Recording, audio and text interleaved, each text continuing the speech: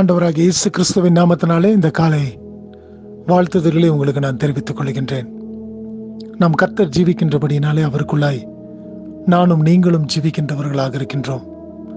இந்த உலகத்தின் பிரயாணத்திலே நாம் கடந்து வருகின்ற வேளையிலே அநேக காரியங்கள் நமக்கு எதிர்கொண்டு வந்த பொழுதிலும் நம் கர்த்தராகிய ஆண்டவர் நம்மோடு கூட இருக்கிறார் என்பதை எல்லா காரியத்திலும் இருந்து நாம் அறிந்து கொள்ளக்கூடியவர்களாக நாம் காணப்படுகின்றோம்.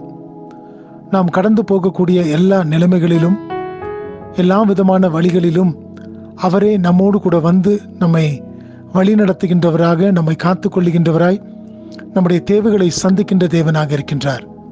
ஒரு புதிய நாளுக்குள்ளாய் நானும் நீங்களும் கடந்து வந்திருக்கும் பொழுது இந்த புதிய நாளை தேவனுடைய கரங்களிலே நாம் ஒப்பு கொடுத்தவர்களாய் இந்த நாளுக்குள்ளாய் நாம் கடந்து வந்திருக்கின்றோம். ஒரு புதிய நாளை காணும்படியான ஜீவனையும் சுகத்தையும் பலத்தையும் கொடுத்திருக்கின்றார். அநேக பேருக்கு இல்லாத ஒரு கிருபை, ஒரு இரக்கம் நம் மீது அவர் பாராட்டியிருக்கின்றார்.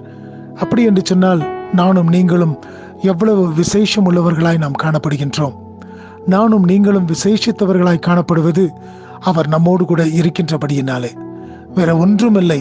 இந்த உலகத்தில் நாம் எப்படிப்பட்ட காரியங்களை நாம் பெற்றிருந்தாலும் கர்த்தராகிய இயேசு கிறிஸ்துவானவர் நம்மோடு கூட இருக்கும் பொழுது அவர் பெரிய காரியங்களை செய்து நம்மை வழி நடத்துகின்ற தேவனாக இருக்கின்றார்.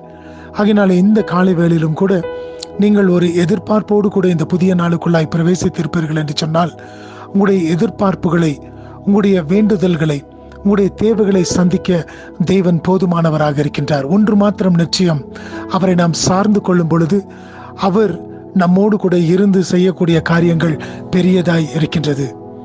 ஒரு வசனத்தை நான் வாசிக்கின்றேன். 145வது சங்கீதத்தின் 18வது வசனம். Psalm 145 verse 18. தம்மை நோக்கி கூப்பிடுகிற யாவருக்கும், உண்மையாய் தம்மை நோக்கி கூப்பிடுகிற யாவருக்கும் கர்த்தர் சமீபமாய் இருக்கின்றார். நிச்சயமாய் இன்றைக்கு நீ அவரை நோக்கி கூப்பிடும் பொழுது, அவரை நோக்கி கூப்பிடுகின்ற ஒவ்வொருவருக்கும், எல்லாருக்கும், உண்மையாய் தம்மை நோக்கி கூப்பிடுகிற யாவருக்கும், நோக்கி கூப்பிடும் பொழுது அவர் செவி கொடுக்கின்ற தேவனாய் இருக்கின்றார். அது மாத்திரமல்ல, உண்மையாய் தம்மை நோக்கி கூப்பிடணுமா? இன்றைக்கு அநேக காரியங்கள் நிமித்தமாய் நாம் அநேக வேளைகளிலே உண்மையாய் கூப்பிட முடியாத ஒரு சூழ்நிலைகளுக்குள்ளாய் தள்ளப்படுகின்றோம். ஆனால் இந்த இடத்துல பார்க்கும் பொழுது தாவீது சொல்லுகின்றார், தம்மை நோக்கி கூப்பிடுகிற யாவருக்கும், உண்மையாய் தம்மை நோக்கி கூப்பிடுகிற யாவருக்கும். இதுல ஒரு வித்தியாசம் உண்டு. அவரை நோக்கி கூப்பிடலாம், ஆனால் உண்மையாய் தங்களுடைய முழு உள்ளத்தோடு கூட, தங்களுடைய முழு ஆத்மாவோடு கூட அவரை நோக்கி கூப்பிடுகிற யாவருக்கும் கர்த்தர் சமீபமாயிருக்கின்றார். எனக்கு பிரியமான சகோதரனே, சகோதரியே, இந்த நாளிலும் கூட நீ அவரை உண்மையாய் நோக்கி கூப்பிடும் பொழுது அவர் உனக்கு சமீபமாய் இருக்கின்ற தேவனாக இருக்கின்றாராம்.